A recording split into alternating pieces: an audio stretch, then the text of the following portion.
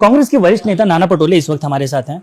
नाना भाऊ, आपके पैर एक बार फिर से विवादों में घिर गए हैं। इसके पहले भी कई बार ऐसी घटनाएं हुई हैं और फिर से एक बार देखिए कि कुछ कार्यकर्ता दूध से आपके पैर पखार रहे हैं और उसको लेकर बीजेपी आप पर आक्रामक है। क्या कहेंगे? देखो, गुरु पूजा के दिन का था। मेरे परिवार के दोनों बच्चे हैं और दोनों की इच्छा मेरे को गुरु मानते हैं, इसलिए उन्हें मेरे से आग्रह किया और उन लोगों ने उनके खुशी के लिए मैंने वो बात को मान्य किया। मुझे अच्छी नहीं लगता था वो बात को, मैं उसका समर्थन भी नहीं करता, लेकिन बीजेपी मुझे आक्रमण करके बीजेपी जैन जी के जो आरोप है उनके आका के ऊपर चल रहे हैं उसको दबाना चाहती है क्या? बेरोजगारों का आवाज़ दबाना चाहती कि इस बारे से?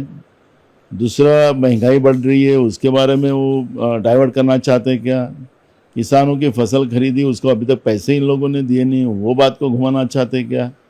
तो मुझे लगता है कि मूल इशू को डाइवर्ट करने के लिए बीजेपी हमें संस्कार सिखाती, जो राम मंदिर का चंदा चोरने वाले लोग, डाकू लोग, वो हमें संस्कार सिखाएंगे। इसलिए मुझे लगता है कि इस पर मैं बहुत ज़्यादा बात नहीं करना चाहूँगा। उनका ये भी कहना है कि अब आपको राजनीति से इस्तीफा देके एक तरीके से खुद को बाबा घोषित कर देना चाहिए। तो फिर नरेंद्र मोदी जी को भी उन लोगों ने सलाह देना चाहिए, योगी आदित्यनाथ को भी सलाह देना चाहिए। वो तो भगवा कपड़े घूमता है, तो क्या को मुख्यमंत्री दो बार के बन गए, 3 बार के बनने वाले हैं, क्या है जो भी है। और मोदी जी तो बार बार भगवा कपड़ा पहन के घूमते रहते हैं, तो उनको भी सलाह दीजिए राजनीति छोड़ के संन्यास ले लें। सर, एक सवाल ये भी उठ रहा है काफ़ी दिनों से। पंकज भोयर ने कल कहा है कि सीजेपी का जो प्रोटेस्ट था या अभिजीत दिपके का जो प्रोटेस्ट था उसे फॉरेन फंडिंग मिली थी। क्या कहेंगे? देखो, मुझे तो ऐसा लगता है कि इनके आका जो है, उनके आका के नेतृत्व में जो सरकार है केंद्र में, उनके जो विदेश मंत्री है जयशंकर जी, उन्हें स्पष्ट कहा है कि कोई विदेश फंडिंग उनको हुआ नहीं है। अब राज्य में इनकी पैर के नीचे से जैन जी की वजह से मट्टी खसकना शुरू हो गई है। हमको सत्ता के बाहर जाना पड़ेगा, इस तरह का एक माहौल बनाने का अयशस्वी कोशिश महाराष्ट्र की सरकार कर रही है। तो झूठे आरोप तो लगाएंगे वो। अब सरकार के आका वाले जो बताते कि ऐसा हुआ ही नहीं है और ये बोलते हैं, तो ये कितने विद्वान लोग हैं।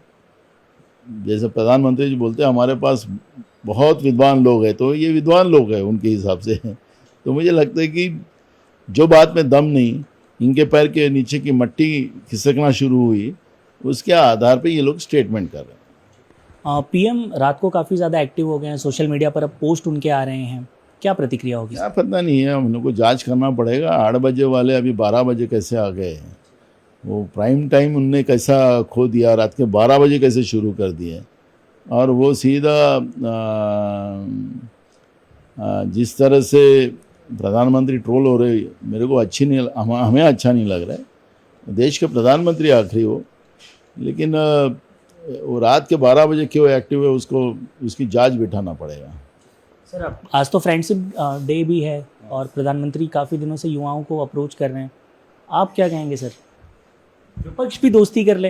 या हम तो प्रधानमंत्री जी, हमारे देश के प्रधानमंत्री जी, हम नरेंद्र मोदी करके हम ये नहीं बोलते। हमारे देश के प्रधानमंत्री है, हमारे मन में उनके बारे में आदर है, लेकिन जैन जी उनसे दोस्ती करना नहीं चाहते, क्योंकि जिस तरह से उनके हर स्टेटमेंट के ऊपर, उनके हर वीडियो के ऊपर जितना ट्रोल वो हो रहे हैं, वो बहुत ही खतरनाक ट्रोल हो रहे हैं, और मुझे लगता है कि जैन जी उनसे दोस्ती करना नहीं चाहते। सर, अब सिद्धिविनायक मंदिर को लेकर कल मनसे प्रमुख ने एक बात उठाई थी कि 18 करोड़ की चोरी का एक आरोप लग रहा है। इस पर जांच को लेकर भी कई बातें उठ रही हैं। क्या कहेंगे आप? मैंने जब राम मंदिर का मुद्दा जब हमारे विधानसभा में भी चर्चा में आया था, तो उस समय हमने कहा था कि सिद्धिविनायक मंदिर में भी इस तरह का चोरी हुई है, पंढरपुर में भी चोरी हुई है, शिरडी के साईं बाबा के मंदिर में भी चोरी हुई है। जहाँ जहाँ सरकार का प्रस्थ है, वहाँ इन लोगों ने वहाँ पे चोरी की है, ये हमें पता चला था। इंद्रराज ठाकरे जी ने पूरे पेपर के साथ 18 करोड़ का, उसके ऊपर कुछ पैसा है वहाँ से चोरी हुआ है, इस तरह की बात रखी है। वो खबर हमारे पास भी आई थी, लेकिन पेपर नहीं आए थे करके मैंने उसको आप लोगों को दिखाया नहीं था, राज ठाकरे जी ने दिखाया।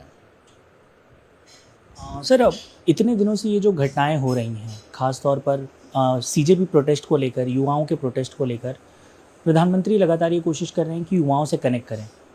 क्या वो सफल रह पाएंगे, आपको लगता है? नहीं रहेंगे, क्यों करेंगे? क्योंकि 12 साल एक छोटा देश के सबसे ज़्यादा कालखंड में रहने वाले अगर कोई प्रधानमंत्री बने हैं तो नरेंद्र मोदी ही बने हैं। तो युवाओं को अपना भविष्य समझ में आ गया कि नरेंद्र मोदी की नेतृत्व में हमारा भविष्य अंधकारमय है और हम बर्बाद हो जाएंगे।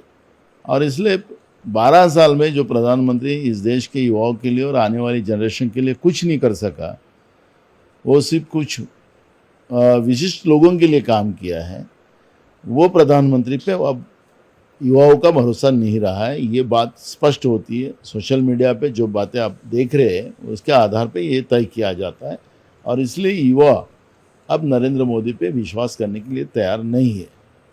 इंडिया टीवी से बात करने के लिए बहुत बहुत धन्यवाद। कैमरामैन अरुण दिरूरकर के साथ साकेत राय, इंडिया टीवी, मुंबई।